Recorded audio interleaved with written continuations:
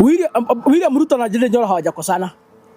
Wanafanya kazi kwa pamoja, and I want to tell people from out Kenya, Samson Ndindi Nyoro is William Ruto's project.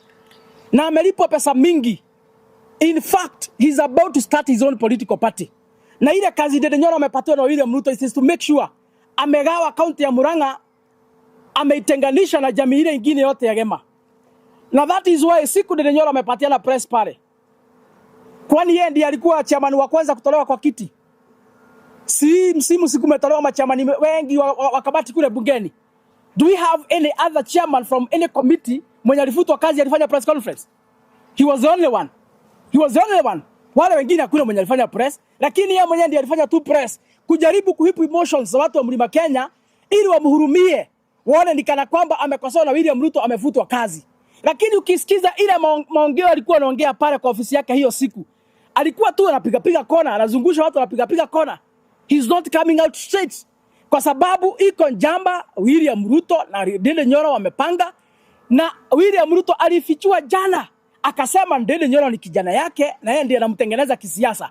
Lakini mimi kama mtu wa Mlima Kenya niko na huzuni, kwa sababu kama Ndindi Nyoro anatengenezwa kisiasa na William Ruto, ni kumaanisha atakuwa mwizi sugu hata kuliko William Ruto. Ni kumaanisha atakuja kuwa muongo zaidi hata kuliko William Ruto. Ni kumaanisha kama yeye ni mfuasi na yeye is one of the disciples of William Ruto, atakuja kuwa sumu katika nchi ya Kenya hata kuliko William Ruto. And by the way, mimi nahurumia Ndindi Nyoro. Hapa amepotea. Amepotea njia kabisa. Na kwa hivyo niambie jamii yetu, hatuwezi amini Ndindi Nyoro kwa sababu amelipwa pesa mingi, ameanzisha chama yake na ako na nia na ile ambayo amepatiwa ni William Ruto lazima atekeleze kuhakikisha kwamba amegawa Mlima Kenya. Na hata ameambiwa by the way amedanganywa atapatiwa kiti ya huyu Professor Kindiki. Ndindi Nyoro ameambiwa yeye ndiye atapatiwa kiti ya Professor Kindiki 2027. Ameambiwa yeye ndiye atakuwa running mate wa bwana William Ruto. Hivyo ndivyo ameambiwa. Kama itatimia hatujui, lakini hata ikitimia kwani watashinda kiti, washindia wapi? Kwa sababu ile kitu tunajua, mimi natoka Murang'a. Na sijui ni shetani mgani aliroga watu wa Murang'a. Tulikuwa na Matiba, aliishi kupinga Kibaki. Wanafanya moyo anaendelea kuongoza. Tulikuwa na Peter Kenneth, alikuwa anakuja namba 1 kurani CDF for 10 years. Hata kama Ndindi Nyoro 2013 alisimama kinyume na jamii ya Mlima Kenya. Sisi tukaunga Uhuru mkono akuwe rais, na yeye Peter Kenneth akasema atapinga Uhuru Kenyatta because he was a project by then. Alikuwa anasimama kiti agawe kura za Uhuru Kenyatta, hakusucceed. Saa hii tunaongea bwana Peter Kenneth, hata kama alikuwa mbunge mzuri hata kushinda Ndindi Nyoro, as we speak saa hii kwa mstuni, ako kwa kichaka, hajulikani mahali alienda kwa sababu tu ya kupingana na kuenda kinyume na jamii ya Mlima Kenya. So niambie Ndindi Nyoro hivi anajaribu kuenda kinyume na jamii ya Mlima Kenya, vile ambavyo tunajaribu kujikomboa katika minyororo na ukora na wizi ya William Ruto. Akishikana yeye watazama pamoja. Na mtakukuja kukumbuka hii. Hata after 2027 ataingia mstuni, hakuna mahali mtamsikia. Sijui nani alikuja akaroga watu wa Murang'a. Mtu akiongoza CDF miaka 10 hapo anaona kama sasa amekomaa. Anaona kama sasa amepata akili ya kukua rais. Hata hawezi kuwa patient. Uhuru Kenyatta alisimama tu kwa sababu alisukumwa na Moi. Lakini wakati huo Kibaki akashinda kiti. Baadaye Uhuru akakuja akajirudia, akaona alifanya makosa kwenda kinyume na jamii, akaenda akanyenyekea kwa Kibaki, wakashikana, akasaidia Kibaki uchaguzi ya 2027, akamsaidia kufanya kazi kama deputy prime minister na waziri wa fedha. Baadaye after Kibaki kustaafu, Uhuru Kenyatta alikuja akaongoza kiti, akaongoza nchi. Kwa hivyo saa hii niambie Ndindi Nyoro, kama hutanyenyekea, ushikane na jamii ya Mlima Kenya kupigana vita ambao tunapigana ya kukomboa watu wetu, uende kinyume na sisi, utasahaulika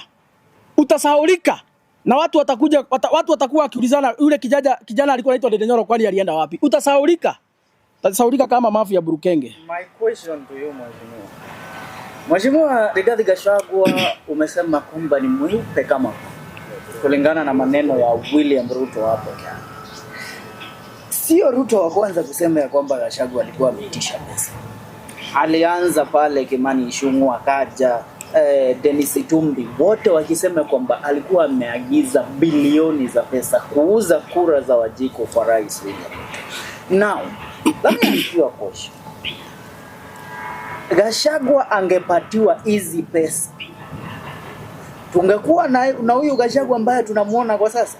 And if it's not kwa kupatiwa pesa, niulize, kama Gachagua angekuwa mkweli, Je, mbona alianza kubembeleza Rais William Ruto after kuona chuma chake kimotoni na impeachment yake kuwekwa on the table na kusemekana kwamba anaimpeachiwa? Mbona alianza kutafuta lawyers, kutafuta kumwambia rais kama nimekukosea pole sana at that time?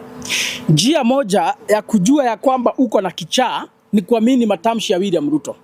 Kwa sababu kama ni mambo ya pesa, pesa huitishwa wakati mnatengeneza coalition. Ndio ukubali kuunga mtu mkono, that is where you ask for the token. Na kwa hivyo kama kuna mtu alikuwa na pesa 2022, alikuwa Uhuru Kenyatta na timu yake ya Azimio. Kwa hivyo kama Rigathi Gachagua angekuwa na haja na pesa ama kununuliwa, ile siku Uhuru Kenyatta alikuwa anakimbisha Rigathi Gachagua kama baiskeli ya kuibiwa na makesi na kotini and all over, hiyo siku ndio Rigathi Gachagua angeenda kwa Uhuru Kenyatta mwambie, kama hutaki niunge William Ruto mkono, nataka tu niunge Azimio mkono, basi nipatie hii kiwango hii ya pesa, mimi nitakuwa wenu. So kama ni kutafuta pesa kwa siasa, hazingepatikana kwa William Ruto. William Ruto hakuna pesa alikuwa nazo za kununua watu.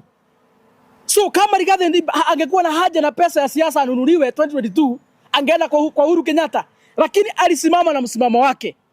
Na ile kitu William Ruto hawezi ambia wa Kenya. Na ndio maana siku ya jana alikataa kuulizwa maswali na wanahabari. Siku wakati alidanganya ati alitishwa bilioni 10. Ile kitu alisahau kuambia Wakenya ni kwamba siasa zake hakuwa na pesa. Siasa zake yule ambaye alifund campaign za bwana William Ruto na Kenya Kwanza ni Rigathi Gachagua. Sababu hakuna kitu Wetangula alileta, Wetangula hananga pesa. Hakuna kitu Mudavadi alileta tu tumbo kubwa. Kuna kitu alileta hapo. Wetangula alileta tu sura ya Waluya wachache hapo. Kuna pesa alileta. Kimani Ichung'wah hakuna pesa alikuwa nayo. Ndindi Nyoro hakuna pesa alikuwa nayo. Mtu anaitwa Kindiki hajai kuwa na pesa. Kuna pesa alikuwa nayo, anaweza fanya campaign. Yule mtu aliyekelea pesa yake na inajulikana wazi, na hao wakora wanajua hivyo. Hao wakora wanajua hivyo. Yule mtu aliyekelea pesa yake ikafanya campaign alikuwa Rigathi Gachagua. And one of the reasons, si wamesema tuongee ukweli, wacha tuongee ukweli. One of the reason why bwana William Ruto alikataa kukubali Profesa Kindiki kama naibu wake wakati wabunge wengi walichagua yeye kule Karen. It is because Kindiki hakuwa na hata dururu, hakuna pesa alikuwa amekelea hapo. Lakini Rigathi Gachagua alikuwa amekelea pesa. Na kwa sababu alikuwa amekubaliana Rigathi Gachagua afund campaign ya Kenya Kwanza na yeye atapatiwa kiti ya naibu wa rais. That is why hata kama wabunge walikuwa wamechagua Kindiki, William Ruto hangekubali kuruka deal ya Rigathi Gachagua kwa sababu pesa ilikuwa inafanya campaign ilikuwa Rigathi Gachagua. Na kwa sababu bado tulikuwa tumebakisha miezi 3 ndio uchaguzi ifike, angekataa kupatia Rigathi kiti ya naibu wa rais kama vile alikuwa agano, basi Gachagua angetoa pesa yake. Angetoa pesa yake si wangezama. Angetoa pesa yake wangefanya nini? Hawangeweza hata kulipa agents. Kwa hivyo niambie wa Kenya, William Ruto siku ya jana alidanganya. Mwenye kupatiana pesa na kufund campaign alikuwa Rigathi Gachagua. And that is why William Ruto hakuwa na namna, hata kama ni mtapeli, hangetapeli Rigathi Gachagua. At that time wabunge walikuwa wanapiga kule Karen. Akakubali ampatie kiti kwanza. Ndio akishachaguliwa, William Ruto akishaingia kwa kiti, akamea pembe. Sasa akaona Rigathi Gachagua sasa hana haja. Kwa sababu kama ni pesa alikuwa ananipatia, sasa hivi mimi ndio rais, niko na pesa mingi. Hakuna mahali namhitaji. Na ndivyo alikuja sasa akamngoa kwa kiti. Alimngoa kwa kiti kwa sababu ya uchungu, ndivyo revenge. Aweke sasa Kindiki atoe Rigathi Gachagua kwa sababu Rigathi Gachagua amesaidia yeye kuvuka kwa daraja. Vile ambavyo alishavukishwa kwa daraja, kazi ya Rigathi Gachagua ikakuishia hapo. Hata wacha tuambie Wakenya ukweli. So hii mambo ya 10 billion, William Ruto arudi kwa kamera. Na kama ni mwanaume, kwa nini jana alikataa kuuliza hiyo maswali? Kama William Ruto ni mwanaume, kwa nini siku ya jana alikataa kuuliza hiyo maswali? Si alikataa kuuliza hiyo maswali kwa sababu alikuwa anajua anadanganya na anajua wanahabari wako na ukweli. Whoever funded the Kenya Kwanza campaigns was Rigathi Gachagua. Na kama ako na uwezo wa kufund presidential campaign ni 10 billion, ni sasa angeitisha ya nini? Alafu tena hawa wakora wa William Ruto hata saa nyingine ni vizuri wanakaa chini wanakubaliana ile uongo watauzia wa Kenya. William Ruto anasema 10 billion. Itumbe anasema 6.5 billion. Sharei anasema William Ruto alituambia fukuza huyu mtu. So ni vizuri wakae chini waitana kama mkutano wajaribu kupaka uongo rangi. Na niwaambie hata uongo saa nyingine siku hizi inataka tu kupangwa vizuri. Sababu wale Wakenya wako siku ya leo ni Wakenya ambao wamesoma na free primary education ya Mwai Kibaki. Na wakasoma na secondary free education program ya Uhuru Kenyatta. At least wako na kaelimu kidogo. So ukikuja kuwadanganya hapa, jaribu kupanga vizuri uongo yako na kuipaka rangi ndio ujaribu kama inaweza penya. Otherwise, Wakenya wa leo hii si wale wa siku za Moi na siku ya Kenyatta, wenye hawakusoma. Hapana. Swali langu kabla tumalizie, nitauliza swali kuhusiana na Ndindi Nyoro. Umesema kwamba Ndindi Nyoro ni project ya Rais William Ruto. Maana ya maneno ya rais pale jana. Niulize,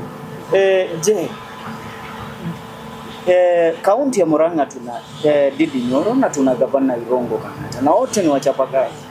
So is also Irungu Kang'ata project of President William Ruto ama Irungu Kang'ata yuko amesimama kando kivyake kama mwanasiasa? Irungu Kang'ata ako nyuma ya Ndindi Nyoro. Ako nyuma ya Ndindi Nyoro. Na ile chama ambayo Ndindi Nyoro amepatiwa pesa na William Ruto atengeneze, wanatengeneza kwa pamoja na Irungu Kang'ata. Na ukweli utakuja kujulikana. Na wameshikwa watu wawili na William Ruto, hawajapatiwa kazi kubwa. Hawajapatiwa kazi ya convince wa Meru ama watu wa Tharaka Nithi. Hawajapatiwa kazi ya convince wa Jaruo ama Waburu ama Wakisii wachague William Ruto. Wamepatiwa tu kibarua moja ku make sure wamefanya zone kule Murang'a County. Ndio kule za Murang'a County hiyo 1400 1500 William Ruto apatiwe ikiwa block. Lakini mimi nataka niambie William Ruto, utashtuka, utashangaa. Sababu sisi ni wale. Na kama tulikataa kugawa na Uhuru Kenyatta, sasa kijana ameongoza miaka 6 hapa, amepaka madarasa rangi, ameweka tiles. Sasa hiyo ndio ile kitu tutakuja kubadilisha sisi, atufuate tuende msituni. Ile vita tunapigana hapa kama Wakenya si ya kiharo. Na hiyo ndio ile kitu Ndindi Nyoro hajui. Sisi hatupigani kupaka madarasa rangi kule. Ile vita tunapigana si ya kuweka tiles kwa madarasa. In any case, kiharo haijaanza kusomwa miaka 6 wakati tumekuwa mbunge. Watu wa kiharo walianza kusoma kutoka wakati wa Mbaberu. Mashule zimekuweko. Ile vita tunapigana si ya kiharo, ni vita kukomboa nchi. Wale watu wako kiharo wanaumizwa na payslip. Hakuna siku Ndindi Nyoro ameongea. Wale watu wako kiharo wanaumizwa na SHA, wanakufa. They are dying. Every day they are dying kwa sababu ya SHA. Hatujasikia Ndindi Nyoro akiongea. Wale watu wa kiharo, wale Ndindi Nyoro analipia school fees ni watu wa day school. A very small percentage. Iko idadi ya watoto wengine ambao wanasomea day school. Mahali ambapo William Ruto amekataa kupeleka pesa capitation. Wazazi wanahangaika kusomesha watoto wao. Kwa hivyo kiharo ni kitu kidogo. Shida ya kiharo ni kitu kidogo sana. Watu wa Mlima Kenya, shida yetu haiwezi tatuliwa hapa kiharo. Ile shida tunapigana nayo ni shida kubwa ya kukomboa nchi. Na yale matatizo ambayo yametukumba kama wa Kenya yote imepitishwa hapa bunge. Ndindi Nyoro akiwa ameketi hapo, kuna siku tumesikia akiongea. Na mimi wacha niseme wazi leo hii. Kama iko mwanaume ambaye anaweza sema ni mwanaume, hata sio Ndindi Nyoro, ni kijana anaitwa Babu Owino. Babu Owino pia yeye amekuwa namba 1 ama namba 2 katika Kurani CDF the same way kama Ndindi Nyoro. Lakini kule bungeni hakuna siku hata moja Babu Owino amenyamaza Wakenya wakivinyiliwa. Hakuna siku hata moja Babu Owino amekosa kuongea wakati Wakenya wanalia. Lakini huyu kijana wenu sababu alimaliza kupaka madarasa rangi kule, sasa yeye ni hivyo, sasa tunangojea. Sasa ni hivyo, amemaliza kazi yake ya mbunge. Sasa tunaweza ngojea Mungu. Hakuna kitu kingine hajafanya. That is a small thing. That is just it's only a primary assignment. Iko kazi mingi ambayo ni ya mbunge hajafanya kule bungeni. Hatujasikia sauti ya Ndindi Nyoro kule bungeni. Vile ambavyo tumesikia Ndindi Nyoro Babu Owino akitetea watoto wa shule. Wakati tumeletewa hii upuzi ya new funding model na William Ruto ya kumaliza universities, Babu Owino aliongea ama hakuongea? Aliongea. Ndindi Nyoro aliongea. Si anajiita kijana? Anajiita kijana, si ni kweli? Kama anajiita kijana, siku watoto wanafinyiliwa hapa na William Ruto kule bungeni wakileta hiyo stupid fake model, funding model, Babu Owino aliongea. Siku tunaletewa hiyo mambo ya SHA, Babu Owino aliongea ama hakuongea? Aliongea. Ndindi Nyoro aliongea. Siku wafanyikazi wananyongwa na payslip, leo hii as we speak, hata kuajiriwa ni bure, hata heri ujiajiri. Heri ukauze jogo karanga wewe nyumbani na pesa yako kuliko uajiriwe. Kwa sababu yule mtu anachukua payslip yote. Mtu aliongea ni Babu Owino. Ndindi Nyoro aliongea. Hakuna mahali tulisikia akiongea. The conmanship of this they call sijui house levy. Hiyo 1.5% unconstitutional tax waliweka kwa wafanyikazi. Hakuna siku tulisikia Ndindi Nyoro akiongea. Mtu aliongea ni Babu Owino. Kwa hivyo ndivyo nasema ya kwamba ile shida tunapigana si ya kiharo. Kiharo ni kitu kadogo sana. Ile vita tunapigana ni ya kukomboa nchi. Na mtu hawezi kuja hapa kutuletea kifua eti kwa sababu ameweka tile madarasa, amekuja namba moja kurani CDF, hadi sasa amequalify kukuwa mbunge. Kwani sisi tutakula tiles huko sisi Wakenya wote tutakula tiles huko? Kwani Wakenya wote sisi tunasoma huko kwa madarasa? That is only a primary assignment of a member of parliament. There is a secondary assignment, what we call representation, what we call oversight. Na huyu kijana anaitwa Ndindi Nyoro hakuna siku ameoversight serikali ya William Ruto. Hakuna siku amefanya representation ya Wakenya kule bungeni. Hiyo ni kumaanisha kwamba what any other sign do you want to see ndio mjue Ndindi Nyoro ni project ya William Ruto. Nini kingine mnangojea kuona? Mheshimiwa, nina swali la kukamilisha. Aliongea juzi ambaye ni mbunge wa Githunguri Gathoni wa Mushomba. Kulingana na watu wa Mlima Kenya kumfuata Rigathi Gachagua. Gathoni wa Mushomba kutokea Gachagua alipoimpichiwa amekuwa akimsupport Rigathi Gachagua. But there is a statement ambayo Gathoni alisema. Rigathi Gachagua was the most unpopular politician in the Mount Kenya region. And he was one of the most hated politicians in the Mount Kenya region before his impeachment. So, alituambia, most of the people who fall in love with Rigathi Gachagua wanampenda sababu alimpichi. They're just buying sympathy. Lakini nyani ni yule. Politics is dynamics. Leo utapendwa, kesho utachukiwa. Leo watu watakuunga mkono, siku nyingine hawatakuunga mkono. Ile kitu nataka niseme hapa leo hii. Watu walikuwa wanachukia serikali ya William Ruto kuanzia 2023 kwa sababu ya uongo mingi. And that is why even at that time watu hawakuwa wanaona uzuri yoyote ya either Rigathi Gachagua ama William Ruto. Na siku Rigathi Gachagua alianza kuongea ile shida inatatiza mwananchi. That is when alianza sasa kukaribia wananchi mahali wako. Na vile alianza kukaribia wananchi mahali wako, William Ruto akamuonea 18. Akaona huyu jamaa kwa sababu ni kama ameanza kuungana na Wakenya kulikosoa na kunirekebisha, wacha nimtoe kwa kiti aende akanikosoe kama ako nje. And that is what happened. Na ndio maana leo hii Rigathi Gachagua watu wengi wanapenda yeye. Si kwa sababu ya kitu kingine, ni kwa sababu alikubaliana na sisi kama Wakenya kwamba iko shida katika serikali ya Kenya Kwanza. Na mkikumbuka vizuri, go back to the archives my friend. Uone Rigathi Gachagua alianza kuambia hao matapeli wasikize wananchi 6 months before his impeachment. Na ile siku alianza kuongea na hiyo lugha. Kila siku akienda mahali anaambia viongozi na msikize ground, na msikize ground. Hiyo ndio ile kitu ilitatiza wale wakora. Wakaona huyu mtu ni kama ameweza kukubaliana na Wakenya kwamba iko shida. Na ndio maana wakapangia yeye jama ya kumtoa kwa kiti. Of which ni kweli iko shida, na hata wale hii mnaona ni kweli Wakenya hawakuwa wanadanganya. Shida imekuwekwa na shida iko na ni shida kubwa katika serikali ya Kenya Kwanza ya wizi, ya ukora na utapeli. Na kwa hivyo vile Rigathi Gachagua alifukuza yeye, lazima angepokelewa na wale ambao alikuwa anawakilisha. Ile siku amefukuza yeye, lazima tungempokea kama mmoja wetu ambaye amepigwa mawe, ambaye amepigwa shoka kwa kusema ya kwamba iko shida katika serikali. Na kwa sababu William Ruto, he is the father of lies, hapendi ukweli, hakuna siku wangesikizana na Rigathi Gachagua. Kwa hivyo hii mambo Mushomba anaongea msichukulie serious sana. Kwa sababu Mushomba ni mtu ambaye amenunuliwa na William Ruto. Na amenunuliwa na William Ruto akubali waungana na Ndindi Nyoro watengeneze chama. And that is why leo hii hawani wa Mushomba katika mikutano za Rigathi Gachagua vile ambavyo alikuwa anaenda like 2 months ago. Kwa sababu tayari ameshakwisha lipwa, amepatiwa pesa. So mean wa Mushomba currently is also a project. Wa Mushomba currently is she's a project of William Ruto. Amepatiwa kibarua rais sana. Hajapatiwa kibarua ya kusema William Ruto ako sawa. Amepatiwa tu kibarua rais. Washikane na kina Ndindi Nyoro, waanze chama yao. Wajifanya wako neutral, hawako kwa Rigathi, hawako kwa William Ruto. But pale mwishoni wakuje kuungana baada ya uchaguzi watengeneze post coalition agreement na bwana William Ruto. Hiyo ndio ile kitu iko. Swali langu mheshimiwa. Everybody that says Rigathi Gachagua is not the best candidate for the mountain.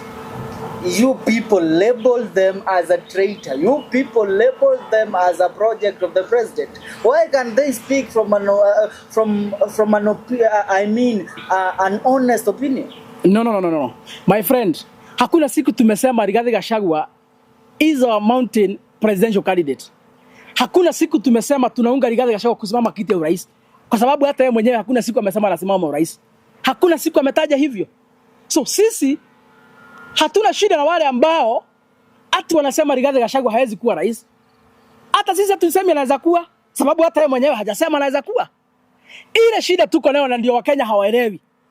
Ile vita Rigathi anapigana ni ile vita tunapigana ya kukomboa taifa hii, ya kufukuza wakora na wezi wale ambao wanamaliza nchi ya Kenya. Na kwa hivyo yule ambaye anapinga hii safari tumeanzisha ya kutimua wezi 2027, huyo ndiye tunaita msaliti. Yule kiongozi ambaye anapinga tukisema ya kwamba William Ruto must go, huyo ndiye tunasema ni msaliti. Huyo ndiye tunasema amenunuliwa, because hata Yesu aliwaambia mkienda kupeleka injili mpata watu wanahubiri kinyume na nyinyi, hao sio wenu. Kwa hivyo ile injili ambayo tunasukuma ya kusema lazima tukue na Kenya mpya, ya kusema lazima tukue na uongozi mpya, ya kusema lazima tufukuze wezi na matapeli, yule ambaye anahubiri injili kinyume na injili nyingine kinyume na hiyo, huyo lazima tuseme ni msaliti na amenunuliwa. Na hiyo ndio ukweli wa maneno. So sisi hatusemi ati so amenunuliwa ama ni msaliti kwa sababu anasema Rigathi Gachagua ati hawezi kuwa rais. Hapana. Rigathi Gachagua hakuna siku amesema anataka kuwa rais. Hata sisi wenyewe hata sisi wenyewe tunakosoa William Ruto. Hata sisi wenyewe tunasema Ruto must go. Hakuna siku tumesema tunafukuza yeye so that we can replace him with Rigathi Gachagua. No, that is not the conversation. Saa hii ile kitu tumeweka mbele ni kuokoa taifa letu kutoka katika mikono ya wezi, magaidi, matapeli, wakora, wauaji. Hiyo ndio ile kitu tumeweka mbele. Na kama kuna kiongozi haoni hiyo ni kitu ya maana tunafanya, huyo ni mtu hata akili yake iko na shida na hafai hata kuongoza hata mnanda. Kwa sababu saa hii Wakenya wanalia. Kenyans are crying everywhere.